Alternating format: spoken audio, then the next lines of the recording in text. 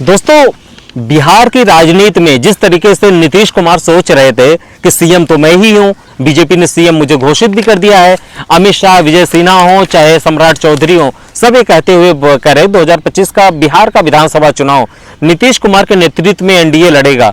लेकिन अब बिहार ने फाइनल कर दिया कि नीतीश कुमार के नेतृत्व में नहीं, बल्कि अब बीजेपी का सीएम कैंडिडेट होगा। क्योंकि आपने कुछ दिनों पहले देखा था, अश्विनी चौबे ने जब बयान भी दिया था कि अब नीतीश कुमार को डिप्टी पीएम बना देना चाहिए, बहुत दिन काम कर लिए, अब मोदी के साथ उनको जाना चाहिए। लेकिन दोस्तों, सबसे बड़ा बवाल किस बात पर हुआ? चूंकि जो हरियाणा के सीएम हैं नायब सिंह सैनी, एक ज्योतिबा बाई फुले पर एक कार्यक्रम था, उस कार्यक्रम में शरीक होने पहुंचे थे, और जो बिहार के डिप्टी सीएम है सम्राट चौधरी भी उस कार्यक्रम में थे। तो उन्होंने कहा, मैं अपने दिल की बात बताता हूं कि अब हरियाणा में जिस तरीके से बदलाव हुआ, अब वही बदलाव बिहार में होगा और सम्राट चौधरी के नेतृत्व में होगा। हरियाणा की जनता ने नायब सिंह सैनी को चीफ मिनिस्टर बना दिया, अब बिहार की जनता सम्राट चौधरी को सीएम बनाएगी। जब ये बात पता चली जेडीयू की तरफ तो हलचल मच गई। जेडीयू के प्रवक्ता हों संजय झा, चाहे संजय झा जो राष्ट्रीय अध्यक्ष हैं, नीरज कुमार जो प्रवक्ता हैं, तमाम मंत्री जेडीयू की तरफ से आग बबूला हो गए। उन्होंने बोला कि बीजेपी को ये बात समझ लेनी चाहिए कि नीतीश कुमार अगर नहीं होंगे तो एनडीए की सरकार बिहार में नहीं बनेगी। अगर बीजेपी के मन में ऐसा कुछ ऊपर नीचे चल रहा है तो बीजेपी क्लियर कर दे, हम अपना रास्ता अलग देख लेंगे। क्योंकि दोस्तों, आने वाले 3-4 महीने के बाद चुनाव है, बिहार में खींचातानी शुरू है। बीजेपी ने अपना काम, वक्फ बिल तो पास करवा लिया, सीए एनआरसी जो था सब पास करवा लिया, सारा एजेंडा पूरा हो गया। अब बीजेपी का एक सपना है, आखिरी सपना है, विजय सिन्हा ने भी ये बात बोली है कि किसी तरीके जो है बिहार में एक बार उनका मुख्यमंत्री होना चाहिए।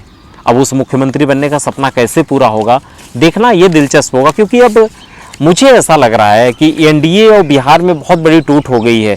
नीतीश कुमार दोस्तों अब बिहार के चीफ मिनिस्टर कैंडिडेट बिल्कुल नहीं होंगे, क्योंकि बीजेपी अब समझ चुकी है चिराग पासवान के साथ वो चुनाव लड़ेगी। उनके चाचा पशुपति पारस भी कल एनडीए से अलग होने का ऐलान कर दिए हैं। तो क्या बिहार में बीजेपी चुनाव लड़ेगी अब सम्राट चौधरी के नाम पे जो डिप्टी सीएम है?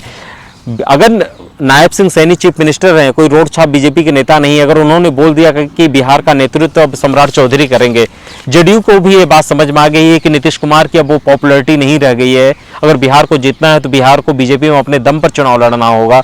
तो दोस्तों, 2-4 दिनों में प्रतिक्रिया क्या आती है क्या नहीं, ऐसा भी माना जा रहा है कि नीतीश कुमार, अगर बीजेपी उनको अपना सीएम कैंडिडेट का फेस नहीं बनाएगी, उनको समझ में आ जाएगा कि कहीं मेरा हाल शिंदे की तरह महाराष्ट्र में ना हो जाए, सीटें कम आए तो भाई मुझे बोल दिया जाएगा तुम डिप्टी सीएम बन जाओ, नहीं तो केंद्र में आकर मंत्री बन जाओ। नीतीश कुमार भी मौके की नज़ाकत को परख रहे हैं कि कहीं मेरे साथ बिहार में खेला ना हो जाए। क्योंकि दोस्तों, नीतीश कुमार को ये बात भली भांति पता है कि अगर मेरी सीटें अगर 45 से अगर 25 पर हुई और बीजेपी की अगर सीटें 75 से 105 हुई तो बीजेपी कभी भी अपना सीएम नीतीश कुमार को नहीं बनाएगी।